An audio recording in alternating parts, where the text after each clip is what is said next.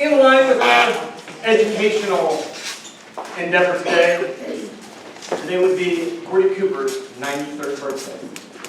All right, so speaking of great travels, Toastmaster Yvonne Dobradin is excited to share stories from his latest trip, a speech titled The Highlight. Please welcome Toastmaster Yvonne Dobradin.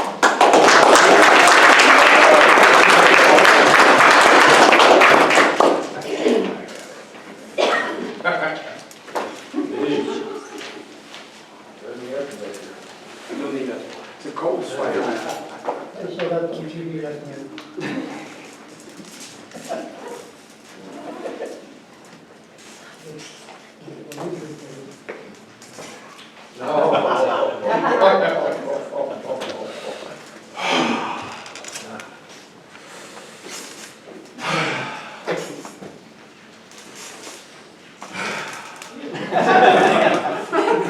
Who here has been above 17,500 feet?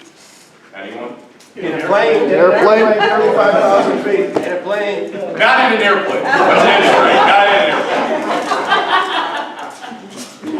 At that altitude, the thin air makes your head fuzzy. Your breathing is more strained than usual.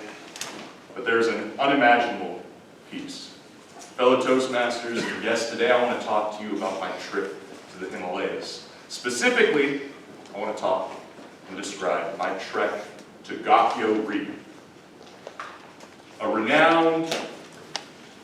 a summit renowned for its views of the white crown of Everest, ice-blue glacial lakes, and the gray Nozumpa Glacier that snakes through the mountains. I've laid out pictures on the table so you can see. And the trek all starts with a flight from Kathmandu to Lukla Airport, the most dangerous airport in the world, for 3 reasons. Number 1, the landing strip is on the side of a mountain. Okay? So if the pilot overshoots the landing strip, there's no second chances. Number 2, the landing strip is shorter than usual, and therefore they had to build it at an incline. So planes that land use the natural force of gravity to slow themselves down on the shorter landing strip. But on the flip side, when you take off, there's a sharp drop at the edge. If you're not going fast enough, no second chances.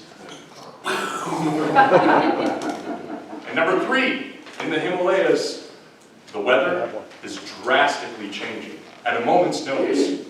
So even if your forecast says that you've got clear skies, when you're up in the air, wind speeds can change, visibility can change in just a few minutes.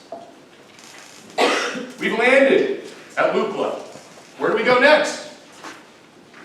Well, we go to Namche Bazaar. It's a 1-day, 2-day trek.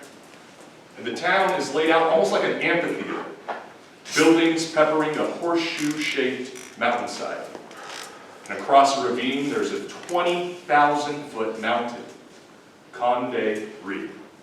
A powerful, wide mountain that is a constant audience member watching over the happenings of the various actors in the town. This is the last stop where you're going to find any Western amenities. Once you leave Namche, there's going to be no hot showers. There's going to be no reliable Wi-Fi and no porcelain toilets.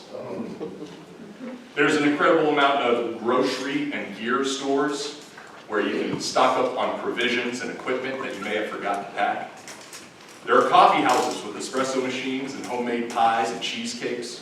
There's even an Irish bar where you can slam back some whiskey shots before you need to sober up for the trek ahead. Finally, you hit the magic part. This is where the tree line ends and the alpine meadows begin. The landscape changes drastically. It's almost like an alien planet. There are very few plants, practically no animals, except for the occasional Himalayan snowcock that will scurry past your path.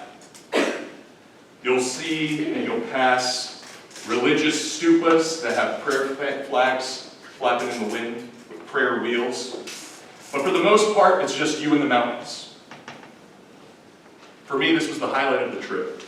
Although every step is laborious, the sights of the mountains leave you speechless. Although a simple, slow hike can push your heartbeat close to 200 beats per minute, the stillness and quiet of the trek puts you at ease.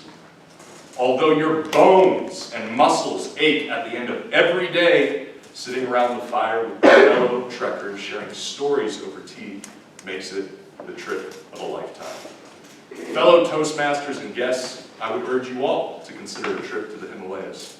For me, it was a life-changing experience, one that brought me a new perspective, peace, and humility. Thank you.